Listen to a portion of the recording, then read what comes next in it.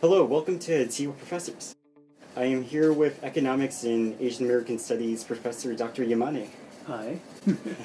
Thank you for joining us on the first interview of the series. What is your favorite part about teaching in Japan? Well, I was teaching at Doshisha University in Japan, and I taught a course on the Japanese economy. It was the first time that I actually taught it in Japan, and it was amazing to be able to teach it in Kyoto, where so much Japanese history occurs. And so for 1,000 years, or over 1,000 years, Kyoto was the capital of Japan.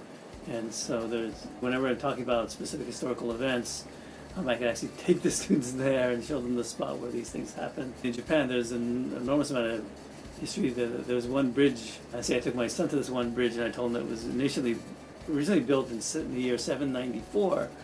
He said, "You mean 1794?" And I said, "No, 794 was when it was built."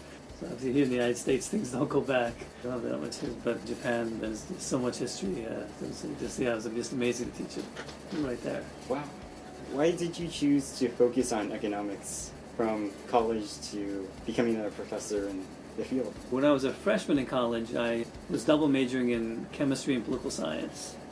And the reason was I always liked math and science growing up.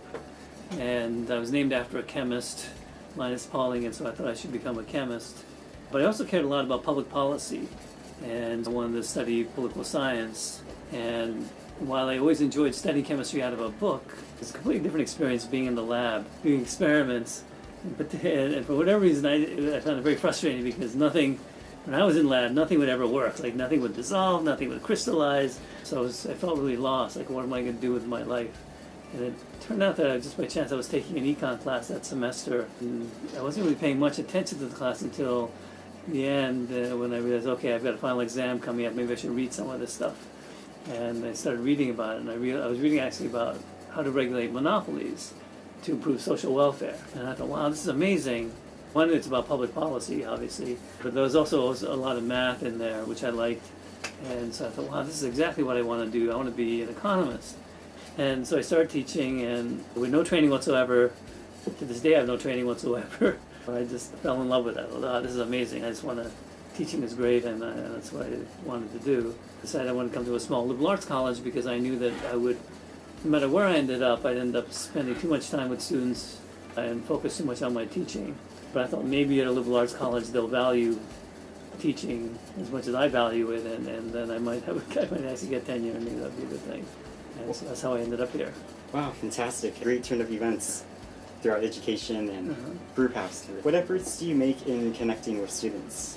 I don't know. I try to be accessible, so hopefully have students sort of come to the office hours. So I'm in the office every day, Monday to Friday. And I always tell my students that while I have official office hours, but their students are welcome to come by anytime they want. And as long as I'm not in a meeting, or happy to talk with them.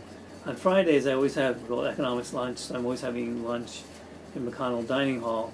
So I invite students to just join me. The students are welcome to come. They don't have to be in my class, but I'm happy to help them with their problem sets, whether they're in my class or not, but economics or anything for that matter. Over the years, I think Pitzer is a place where we get to know our students well. That relationship as an advisor between students. Fun facts. What is a favorite thing you like to do on the weekend? Ideally, my schedule, my life is under control. I try to play tennis twice a week, and I try to bike twice a week. That would be road biking. Very active. So I like road biking. For that reason, we'll go out for hours on end. There are a bunch of us that like to road bike here in the colleges, and I think one of our favorite rides. I think at least once a year we bike down to San Diego, and then we take the Amtrak back. It was a fun ride. Quite the trek all the way to San Diego. But it's all downhill. It's along the beach. It's gorgeous. Given the choice of having someone dead or alive, who would you want to invite for a dinner party? For whatever reason, my mind's on John Maynard Keynes, but most famous economist of the 1900s, perhaps. Ideas in economics. Yeah. And origins. Mm-hmm. If you could pass on any advice of wisdom to your students, what would it be? Learn to work with technology. You want computers to be your friend rather than your competitor. Thank you for featuring in the T series. Okay, my pleasure. Thank you. Thank you.